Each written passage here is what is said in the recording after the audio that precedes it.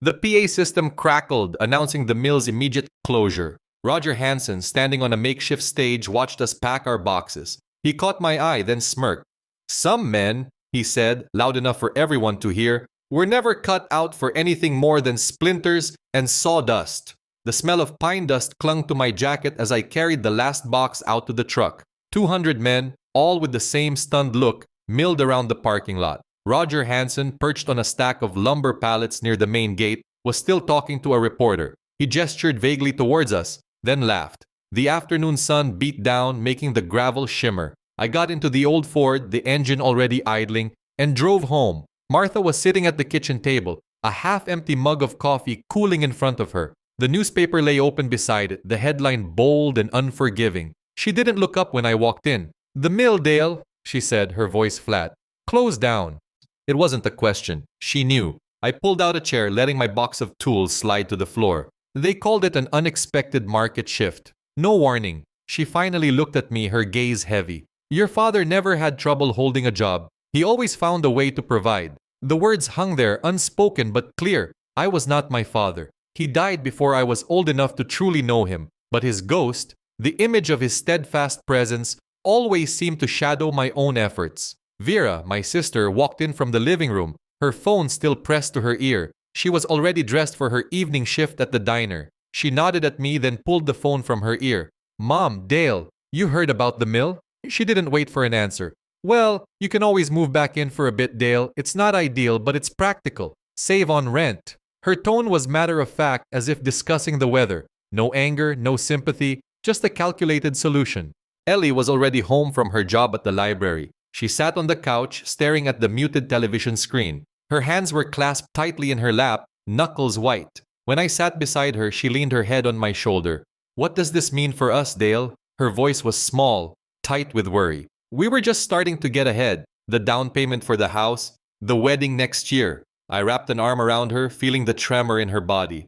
"I'll find something. There's always work." But even as I said it, I knew the words sounded hollow. This town, built on timber, offered little else when the mills shut down. "Mark always had a plan," she murmured, almost to herself. Mark, her college ex-boyfriend. He'd gone off to the city, making something of himself, stable and secure. It was a phantom, his name, a reminder of what she'd left behind for me and for this town. The comparison stung, though she hadn't meant it to. She just needed stability, something I now struggled to offer. The next morning, I drove back to the mill office. Roger Hanson was packing his own office, a stack of golf magazines on his polished oak desk. He looked up, surprised to see me. "Miller, I thought you'd be long gone." "Severance package," I said, my voice steady.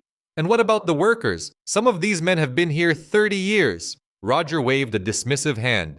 "Business decisions, Miller. The market shifted. No future in lumber for this region. You think I enjoy this? I'm taking a hit too." He picked up an envelope from his desk. "Here, 2 weeks for every 5 years. It's more than fair." He pushed it across the desk.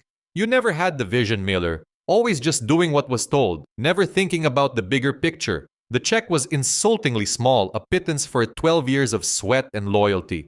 When I got home, Ellie was waiting, dressed in her Sunday best. Not for church, but for something else. "I had an interview, Dale." She took a deep breath. "A teaching position in Grand Rapids. They said I'm a strong candidate." Grand Rapids was 3 hours away, a world apart.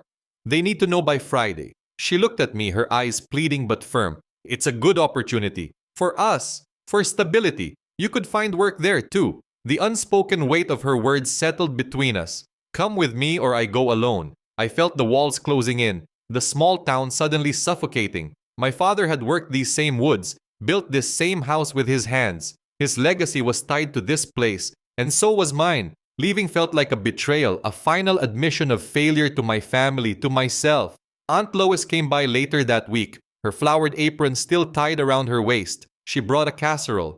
"Ellie's a good girl, Dale," she said, stirring her tea. "You're still young. You need a reliable man. Someone who can take care of things." Her eyes flickered to Martha, then back to me. "Your father, he had his moments, but he always worked hard in the end. Always put food on the table, even if things were tight." She never said what moments my father had, but I knew what she meant. The whispers, the late nights, the times the bills piled up until Martha had to ask Uncle Randy for a loan. My father, the stoic provider, had his own quiet battles. Battles I was now fighting myself, only louder, more public. The pressure mounted, a dull ache in my chest.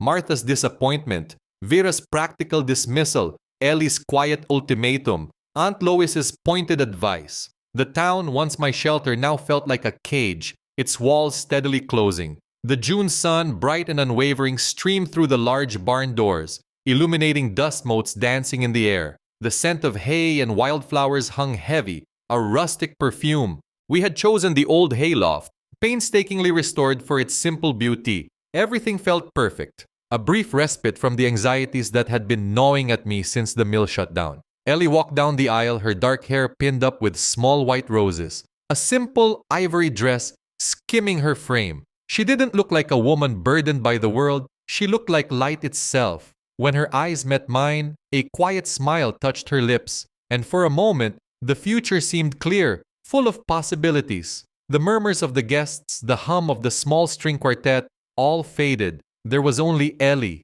We stood before Reverend Davies, our hands clasped, our voices steady. Ellie's vows were soft, sincere. "I promise to be your safe harbor in every storm, your brightest light in the darkest night," she said, her thumb tracing patterns on my hand. I felt a warmth spread through my chest, a belief in something solid, something enduring. Later, at the reception, the air grew thick with laughter and the clinking of glasses. Aunt Lois, already a few drinks deep, stood by the punch bowl, her face flushed. She picked up a spoon and clinked it against the half-full champagne flute, the sound cutting through the din. Martha, my mother, shot her a warning look, trying to catch her eye, but Lois was beyond subtle cues. "Attention, everyone! A toast!" she slurred, her voice a little too loud. She raised her glass, swaying slightly. "To Dale," she began, her smile widening. "A good, trusting boy, just like his father. Always sees the best in people. Bless his heart." Then her gaze shifted to Ellie, and her smile sharpened, revealing something cold and hard. "And to his bride, who certainly knows how to reinvent herself." A ripple of unease spread through the room. My stomach twisted. Lois continued, her voice growing louder, more piercing. "It takes a certain kind of woman to come back from what she did. 2 years ago, wasn't it, dear? A little problem with her married boss, Roger Hanson." My jaw clenched. Roger Hanson, the name felt like a punch. "Had to get rid of it, didn't you, before his wife found out." The noise of the reception died, replaced by a sudden heavy silence. The clinking glasses, the laughter, the music, all gone. I couldn't breathe. It felt like the air had been sucked out of the barn. Ellie sat at our table, across from me, her face utterly devoid of color, her eyes wide and fixed, like a prey animal caught in a headlight beam. I tried to stand, to say something, anything. "No," I managed, the word a weak whisper. "That's not true." But a cold doubt was already creeping in. Ellie had never mentioned any of this. She'd worked for Hanson for a short time before the library, then left abruptly. She'd always said it was a bad fit. Lois just smirked, a cruel triumph in her eyes. "Ask her about Roger Hanson, Dale. Ask her about the settlement she took." Then May, Ellie's younger sister, erupted. She launched herself from her chair, overturning it, and lunged towards Aunt Lois, her face contorted in fury. "You spiteful witch!" she screamed, her voice cracking. Martha and Uncle Randy were already scrambling to pull May back, but the damage was done. Whispers broke out, then louder murmurs. Guests started gathering their things, their faces a mixture of shock and morbid curiosity. Ellie's parents huddled together, her mother openly weeping into her husband's shoulder. But Ellie herself remained still, her hands still folded in her lap, her eyes fixed on some distant point beyond the barn's open doors. I stood over her, reaching for her hand.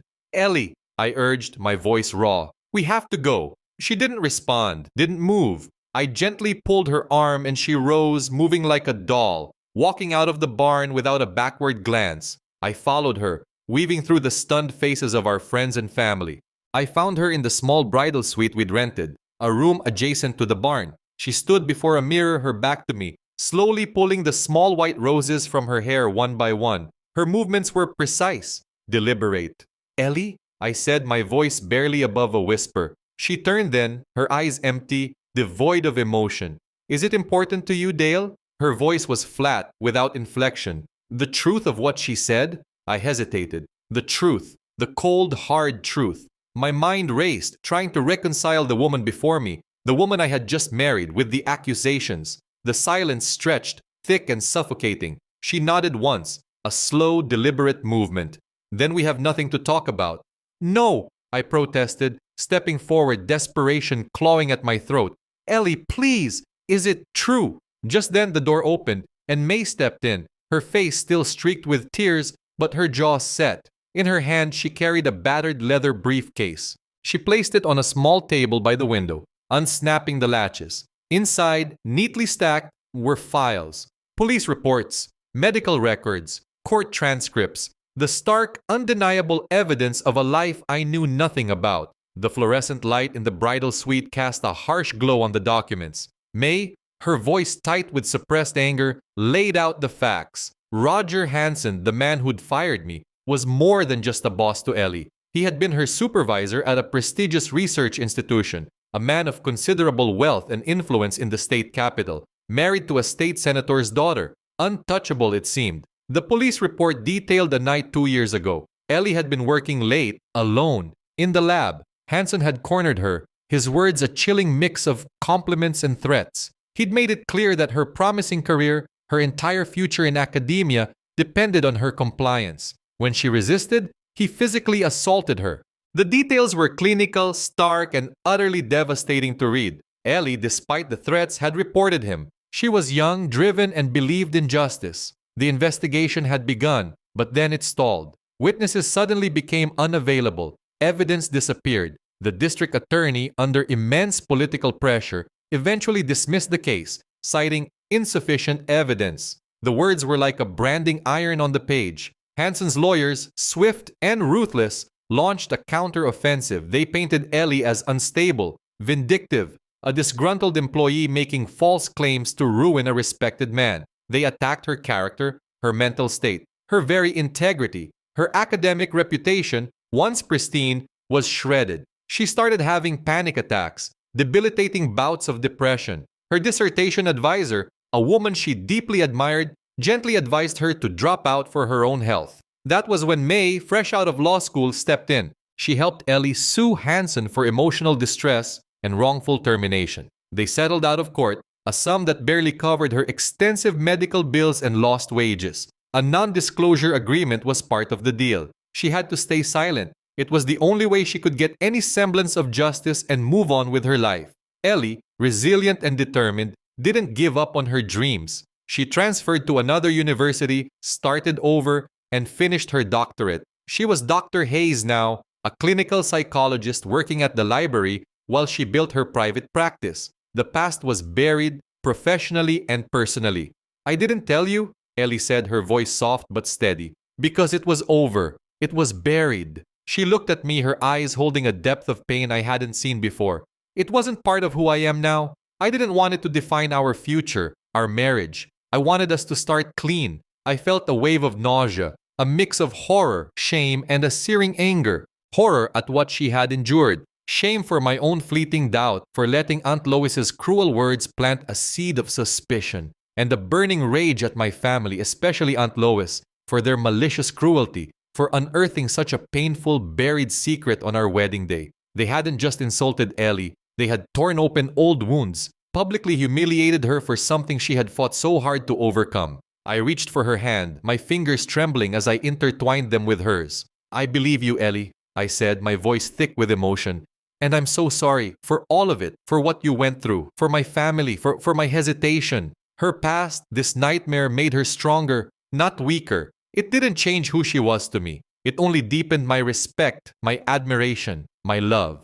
This changes nothing between us. I'm still here. I'm not going anywhere. The next morning, after a long, quiet night in a small, impersonal motel room, I drafted a public statement. I would send it to the local paper, post it online, make sure everyone in town heard it. My wife, Dr. Eleanor Hayes, and I were married yesterday, I wrote, my pen pressing hard against the paper. Our joy was marred by malicious falsehoods spread by a family member who revealed private information stemming from a traumatic experience my wife endured years ago. I want to make it unequivocally clear that I stand by my wife completely. I love her. I am incredibly proud of her strength and resilience. These baseless attacks will not overshadow our commitment to each other, nor will they deter us from building our life together. I wouldn't name Aunt Lois directly, but everyone would know. The local newspaper printed my statement on page 3, tucked between an article about rising gas prices and a school bake sale announcement. But online, it was a different story.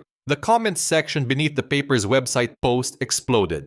Hundreds of messages poured in. Support for Ellie, outrage at Aunt Lois, and a growing wave of criticism against my family. The phone rang that evening, and I knew it was Martha before I even answered. Her voice, when it came through, was a raw, furious scream. How could you, Dale? How could you betray your own family like this? Calling Lois a liar. Calling us liars. Her accusations blurred together. That woman, that Dr. Hayes has filled your head with nonsense. She's ripping us apart. Vera called shortly after, her tone cooler, more insidious.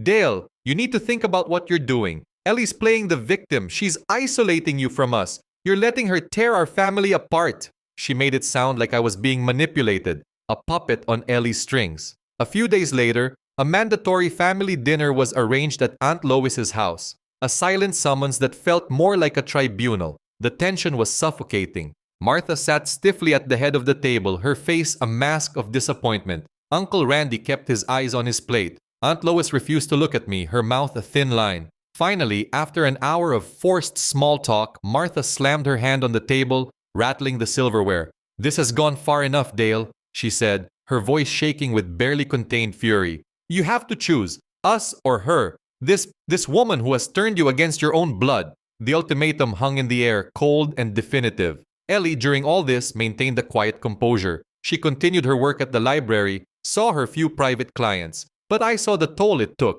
The dark circles under her eyes, the way she sometimes flinched when the phone rang. The whispers at work, the sidelong glances. She never complained, never showed weakness to anyone but me. Her resilience, her quiet strength became a constant reminder of why I chose her. It solidified my resolve. May called one afternoon, her voice tight with a new urgency. "Dale, you're not going to believe this. I was doing some digging. Remember Roger Hanson?" My blood ran cold. Yes.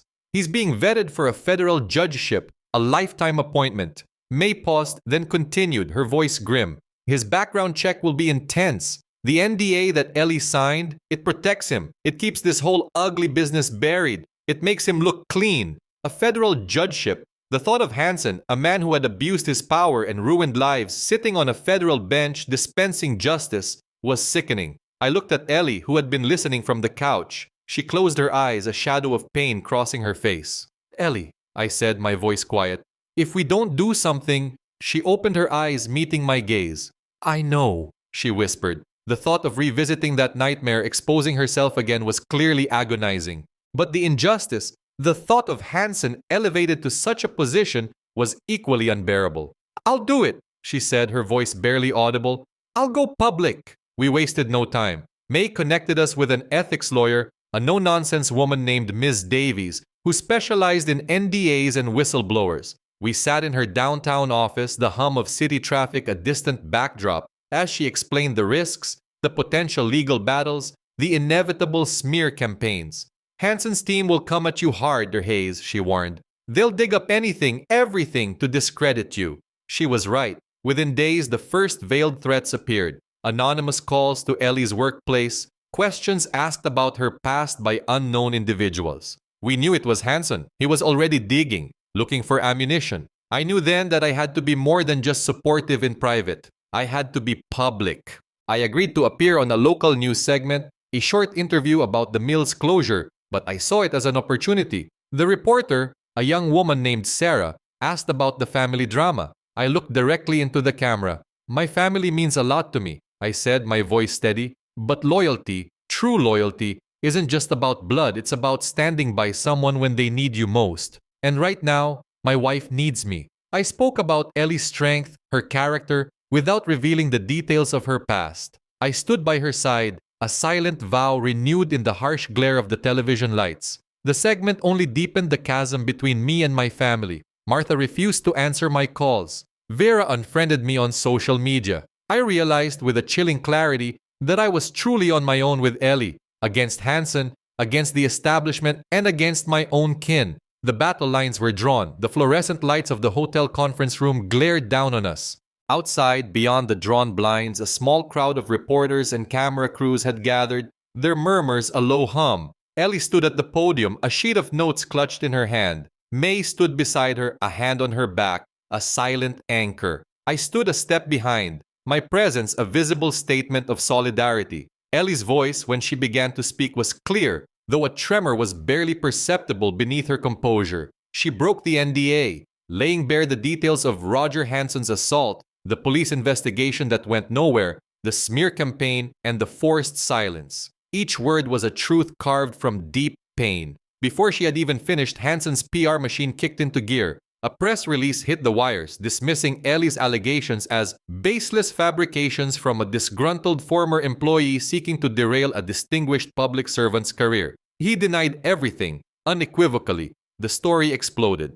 It was everywhere. Cable news, morning talk shows, online forums. Ellie was suddenly a national figure. Some outlets portrayed her as a brave hero, a symbol of resilience. Others, fueled by Hanson's PR team, painted her as a scorned woman, a vengeful opportunist, mentally unstable. The personal attacks were relentless. Details of her life, meticulously unearthed and twisted, were leaked to tabloid sites. Her academic struggles, a brief minor traffic incident from college, even a contentious argument with a former roommate, all were blown out of proportion, used to chip away at her credibility. Ellie remarkably held strong. She compartmentalized, she said, leaning on her training. She continued to see her patients, drawing strength from their trust, from the quiet act of helping others. She moved through her days with a quiet dignity that baffled her detractors. But I saw the cracks. The way her eyes would drift to the television screen in a waiting room, the tension in her jaw as she scrolled past a news headline on her phone.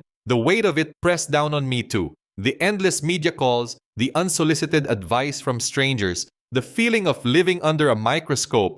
It was a constant, exhausting battle. Every choice we made felt amplified, every word dissected. But my resolve, fueled by my belief in Ellie, never wavered. This was the right fight, no matter the cost. My phone, however, became a relentless source of condemnation. Martha's voicemails piled up, each one more venomous than the last. "You're ruining our name, Dale, destroying everything your father worked for." Her texts were shorter, sharper. Disgrace, shame, turncoat. Vera, meanwhile, worked behind the scenes. Through mutual friends, I heard the whispers. Ellie was manipulative, a gold digger. I was deluded, blind. They had chosen their side. May, on the other hand, worked tirelessly with her small team of legal volunteers. The attention on Hanson was bringing things to light. Anonymous tips started trickling in. Other women cautiously, tentatively reached out, hinting at similar experiences with Hanson. Discrepancies in his financial records, questionable dealings during his previous appointments,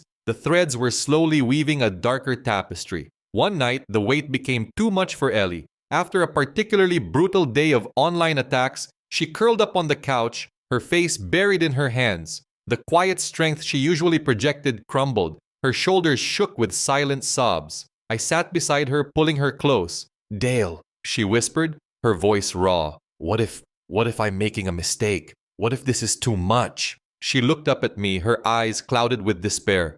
"What if we lose everything?" I held her tighter, pressing my face into her hair, inhaling the faint scent of lavender.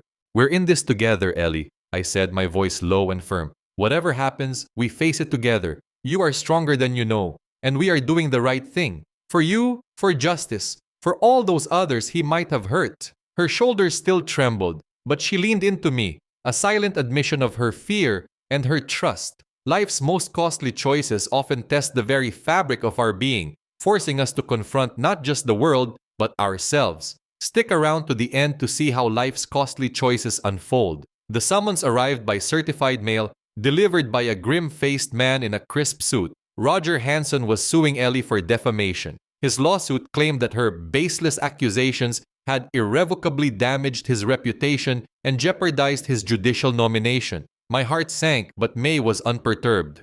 "It's a classic move," May explained, tapping a pen against her legal pad. "Intimidation. They want to bury her in legal fees and scare her into silence. But it also gives us a public forum to present our evidence. A place where he can't just dismiss it as tabloid fodder." Her words were meant to be reassuring, but the reality of another legal battle was daunting. The financial strain was immediate. We had already spent most of our savings on legal consultations and living expenses since I'd lost my job. Now, with a full-blown lawsuit, the costs escalated dramatically. I started looking into selling the small plot of land my father had left me, the land I had planned to build our future on. It felt like another piece of me was being chipped away. The challenges mounted. One potential witness, a former assistant of Hanson's who had initially offered to corroborate some of Ellie's claims, suddenly recanted her statement. She cited personal reasons, but the fear in her voice during our last call was palpable. We suspected intimidation.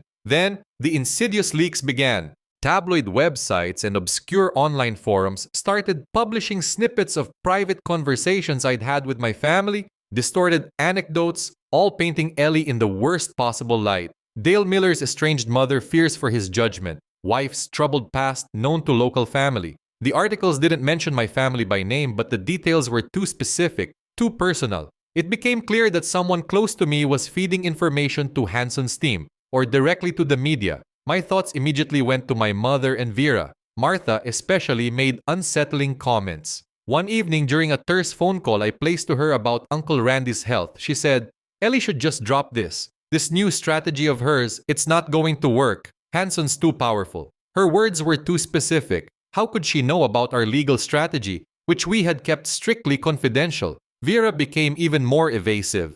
When I tried to ask her about the articles, about who she might have talked to, she was always busy, always had to run. Her phone calls grew shorter, her explanations more vague. The suspicion festered, a cold knot in my stomach. A few weeks later, another blow landed, a critical piece of evidence. An old, informal memo from another former employee detailing a separate complaint against Hanson was ruled inadmissible due to a technicality. The judge, tight-lipped and precise, cited improper chain of custody. Ellie's shoulders slumped in the courtroom, her carefully constructed composure briefly faltering. The depositions began, days of them. Ellie endured grueling cross-examinations, forced to relive her trauma, dissecting every painful detail of the assault, her life afterwards, her feelings, her motives. She walked out of those sessions emotionally drained, her eyes hollow. I was there for every single one, holding her hand, passing her water, a silent, unwavering presence.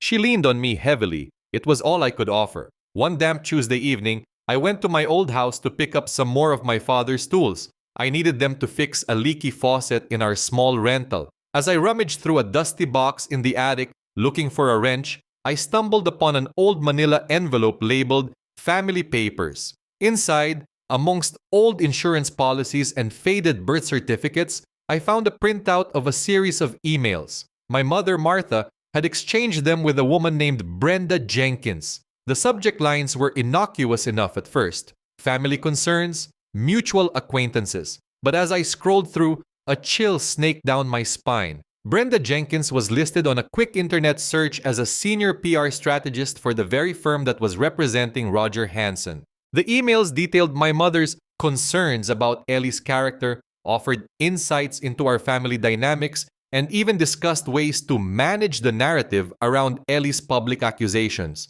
The hard truth hit me like a physical blow. My own mother, the woman who had demanded I choose between her and Ellie, was actively collaborating with the man who had assaulted my wife. The betrayal was so profound, so sickening, it made the rest of the world blur. The emails felt heavy in my hand, their printed words a stark accusation. I drove straight to Martha's house, the old Ford roaring louder than usual. I found her in the kitchen, meticulously arranging flowers in a vase. She looked up, her smile fading when she saw my face. "What is it, Dale?" she asked, her voice tight. I didn't answer directly. I just held out the printouts. "Brenda Jenkins," I said, my voice barely a whisper, yet it felt like a shout in the small room.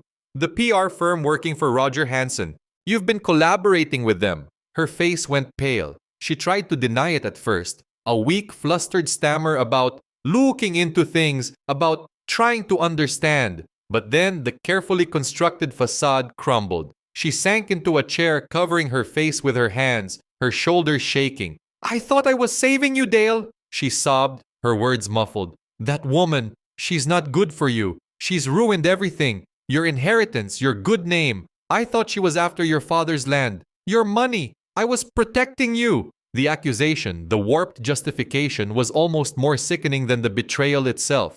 She hadn't just feared for me. She had actively undermined my wife, believing a manufactured narrative. I felt a cold, dead weight settle in my chest. "And Vera?" I asked, my voice flat. "Did Vera know?" She nodded, still weeping. She just thought I was being cautious. She agreed it was best to keep an eye on things."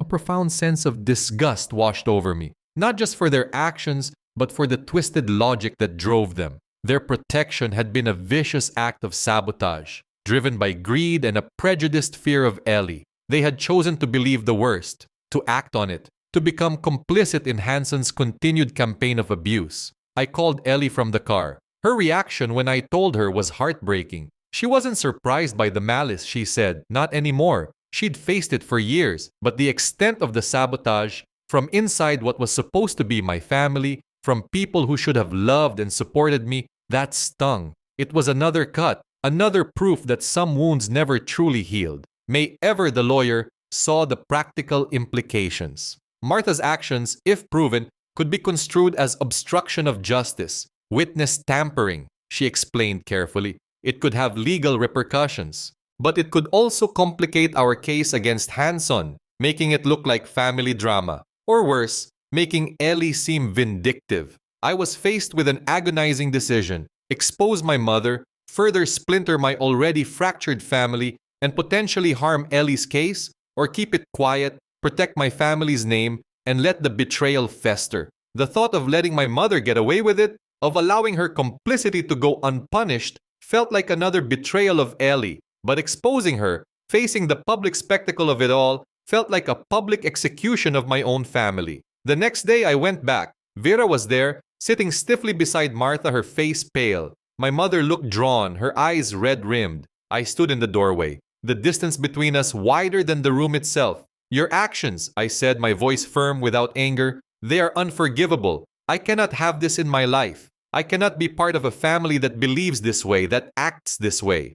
No, there was no more yelling, no more threats, just a cold final declaration. I turned and walked out, leaving them in the silence of their choices. Ellie and I issued a quiet statement to our small, trusted network of friends and colleagues, confirming the division within my family without detailing Martha's specific actions. It was enough for them to know that we were standing firm, that our choices were made. It was a strategic move, protecting Ellie's legal standing, preventing Hanson's lawyers from spinning it as a personal vendetta. The betrayal was a fresh, raw wound, but it also became a catalyst. My anger, no longer diffused by confusion or doubt, solidified into an unwavering resolve. Hanson had to be stopped. Justice had to be served. May, sensing my renewed determination, began to adjust our legal strategy. "We can use this," she said, her eyes gleaming with a new purpose. "The leaks, the smear campaign, your mother's involvement, it all demonstrates a coordinated, organized effort to discredit Ellie. It paints a clear picture of Hanson's desperation. The fight, now more personal than ever, had a new focus. The breakthrough came from an unexpected source. A former colleague of Hanson's, a woman named Sarah Jenkins, no relation to Brenda thankfully, had been following the news. Disgusted by the vicious smear campaign against Ellie and emboldened by Ellie's unwavering courage, she came forward. She had worked closely with Hanson for years and had witnessed his predatory patterns firsthand. Sarah provided us with crucial internal documents, carefully logged complaints from other female employees, emails with thinly veiled threats, and even a memo that subtly acknowledged a pattern of behavior that needed to be managed. Her testimony, detailed and credible, corroborated Ellie's account perfectly, providing the objective, irrefutable evidence we had lacked. The media coverage shifted dramatically. The initial accusations against Ellie evaporated, replaced by headlines demanding accountability from Hanson. Public opinion, once divided, now swayed overwhelmingly in Ellie's favor. The narrative became clear: a powerful man abusing his position and a brave woman fighting for justice. Faced with mounting pressure, undeniable evidence, and the looming threat of Sarah's testimony in open court, Roger Hanson's judicial nomination was quietly withdrawn. The official statement cited personal reasons, but everyone knew the truth. His career, once on an unstoppable trajectory, had imploded. Soon after, Hanson's lawyers initiated serious settlement talks. They saw their case crumbling. The tide turned irrevocably against them. A public trial at this point would be a catastrophic defeat, exposing more of Hanson's misconduct. Before the negotiations began in earnest, I paid Martha one last visit. My voice was calm, devoid of the anger that had once consumed me. "Mother," I said, looking her directly in the eye, "I want you to understand something. If you or Vera ever again interfere with Ellie or spread another falsehood, I will cooperate fully with any legal action taken against you. I will not protect you." The words were heavy, a finality hanging in the air. Her face was pale, her defiance replaced by a chilling realization of the consequences. This was no longer a family squabble, it was a legal line she dared not cross. The Miller family, as I had known it, was permanently fractured. I severed ties with Martha and Vera. The decision was heavy, an amputation, but beneath the pain there was a profound sense of peace. I had chosen, and my choice was Ellie. Ellie and May, sitting across from Hanson's legal team, negotiated the settlement on their own terms. Money, they agreed, was secondary. Ellie demanded a public apology from Hanson, an acknowledgement of his wrongdoing. She also insisted on a significant contribution from him to a national victims advocacy group, a sum large enough to make a real difference. "This isn't just about me," she said, her voice clear and strong.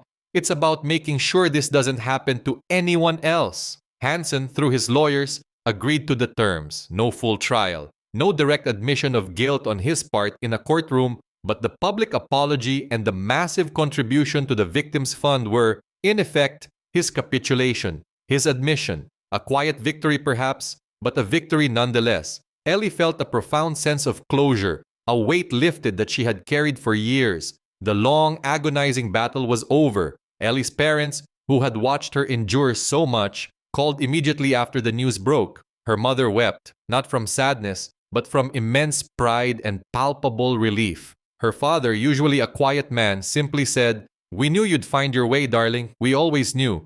That evening, after the last phone call had been made, the last email sent, Ellie and I sat on our small porch. The air was cool, the crickets chirping their nightly symphony. We held hands, silent. The battle was won, yes, but the scars, I knew, would always remain. On Ellie, on me, on my family. The cost of justice was high, but the price of silence would have been even higher. The headlines faded. The public moved on to the next sensation. Life, in its stubborn way, began to return to a semblance of normal. But it was a new normal, one shaped by the fire we had walked through. The intense scrutiny, the constant fighting, it was over. The silence felt almost unnerving at first. Ellie didn't retreat into her private practice. Instead, she stepped forward. She became a vocal advocate, a speaker at conferences, a consultant for victim support groups. Her experience, once a source of deep shame and trauma, became a powerful tool for change. She spoke with a quiet authority, her story a beacon for others who had suffered in silence. She wasn't just their Hayes clinical psychologist, she was a survivor, a force for justice. For my part, the easygoing man who had worked at the mill, blinded by the perceived simplicity of a small town, was gone. My naivety had been stripped away. I had learned, in the hardest way possible, about true loyalty, about integrity, and about the extraordinary strength of the woman I had married. The world was not as simple as I once thought, and the lines between right and wrong were often blurred by power and prejudice. Our marriage, forged in the crucible of public scrutiny and personal betrayal, was undeniably stronger. We had seen each other at our most vulnerable, our most desperate. We had fought side by side, and that shared purpose, that unwavering support, had become the bedrock of our life together. The house, the wedding, the dreams of a simple future. They had all been tested, twisted, but what remained was something far more resilient. Martha's messages still came, sporadic texts filled with vague regrets, veiled apologies that never quite met the mark. "Hope you're doing well, Dale. Thinking of you." I read them sometimes, but I never responded. The wound of her betrayal was too deep, too fundamental. The choice she had made, her willingness to sacrifice Ellie for what she perceived as my inheritance, was a chasm I couldn't bridge. Vera tried a few times too, with calls that felt hollow, attempts to reconnect that felt self-serving, as if she merely wanted to mend a broken social fabric rather than a broken relationship. I let them go to voicemail. I had learned that some relationships, once shattered, cannot be glued back together. Instead, Ellie and I cultivated a new circle of friends, a chosen family who had stood by us, offering quiet support, understanding glances, and unwavering belief. May, of course, was always there, not just as a sister and lawyer, but as a steadfast friend. We found solace in these connections, in the genuine warmth and respect that felt so starkly absent from my blood relatives. We sold the small rental house, too full of echoes, and found a quiet place on the edge of town, a little further out, with a small garden and a view of the woods. It wasn't the house my father had built, nor the one we had planned, but it was ours. We found peace in its quiet simplicity, far from the whispers and the weight of the past. Ellie continued her therapy, slowly, meticulously processing the trauma, the betrayal, the public ordeal. She wasn't defined by what had happened to her. She was empowered by her survival, by her fight, by her victory. It was a long road, but she walked it with grace. I often reflected on our journey, sitting on our new porch watching the changing seasons. The greatest threats to happiness, I realized, didn't always come from the obvious external forces. Sometimes they came from within, from the very people you were supposed to trust, from hidden prejudices and unspoken fears. But true happiness, true resilience came from standing by those you loved, from choosing integrity over convenience, and from building a life on honesty, even when the foundations had been violently shaken. Our future was not the one we had imagined that perfect June afternoon. It was something deeper, richer, forged in the fires of adversity. It was a future built on the quiet understanding that while some wounds never fully heal, they can paradoxically lead to an unbreakable strength. The old lumber mill, a skeleton of its former self, stood on the edge of town, its metal siding peeling, its vast interior hollowed out. Crews were slowly dismantling it, piece by piece, a permanent monument to a past livelihood. I drove past it sometimes, a reminder of the years I'd spent inside, the years of steady work, the illusion of security. Now my days were filled with odd jobs, fixing leaky roofs, repairing fences, patching drywall. It was enough to get by, but the quiet anxiety of irregular work was a constant hum beneath the surface of my new life. I found a different kind of work though, one that filled a deeper need. I started volunteering at the local youth center, teaching basic carpentry skills to a handful of teenagers who needed direction. I showed them how to measure twice and cut once, how to sand until the wood felt like silk, how to build something solid with their own hands. I saw something of myself in their quiet struggles, their search for purpose in a town that seemed to be shrinking around them. Ellie's advocacy work continued to grow. She spoke at state conferences, her voice measured and clear, sharing her story, offering her expertise. She was a respected voice now, a testament to the power of truth. Her visibility also brought new clients to her private practice, people drawn to her strength and her deep empathy. I watched her sometimes, speaking to a room full of strangers or sitting with a client, her gaze steady and compassionate, and felt a quiet pride swell in my chest. Her trauma had been transformed, not into bitterness, but into a profound strength that benefited others. The emotional scars were still there, of course. They surfaced in quiet moments, a sudden pause in conversation, a faraway look in her eyes. But they were shared scars now, understood and acknowledged, making our bond deeper, more resilient. Our new house, on the quiet road just outside town, became a sanctuary, a place where we could simply be, free from judgment, free from the echoes of past drama.